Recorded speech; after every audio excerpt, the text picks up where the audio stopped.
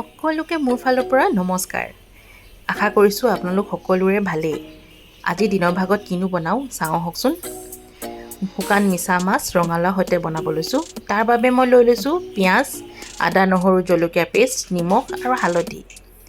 ইতিমধ্যে আমাৰ তেলখিনি গৰম হৈ যোৱাত মই ইয়াত পিঁয়াজখিনি দি দিলোঁ। ইয়াত এতিয়া মই দিম আদা, নহৰু, জলকীয়াৰ পেষ্ট আৰু সোৱাদ অনুযায়ী নিমখ আৰু হালধি।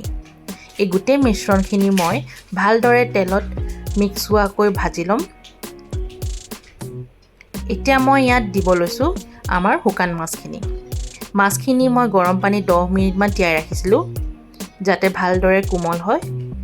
এইখিনি মই 10 মিনিটমান ল' ফ্লেমত ভাজি লোৱাত ইয়াত মই দিছোঁ এতিয়া ৰঙালাওখিনি। ঠিক তেনেধৰণে ৰঙালাওখিনিও মই 10-15 মিনিটমান ভাজি লৈছোঁ ল' ফ্লেমত ভালদৰে মিক্স হোৱাকৈ। এয়া আমাৰ মাছ আৰু ৰঙালাওখিনি ভজা হৈ যোৱাত মই ইয়াত দিব লৈছোঁ কফি মাগেৰে 1.5 কাপ পানী। এইখিনিও এতিয়া মই 20-25 মিনিটমান ল' ফ্লেমত ঢাকন দি ৰাখি থ'ম। তেন্তে এয়া আমাৰ আজি দিনৰ সাজ ৰেডি হৈ গৈছে। চাই কেনে পালে ভিডিঅ'টো জনাবচোন। যদি ভাল পালে তেনেহ'লে লাইক, শ্বেয়াৰ এণ্ড ছাবস্ক্ৰাইব কৰি দিব। তেন্তে আজিলৈ আহিছোঁ। নমস্কাৰ।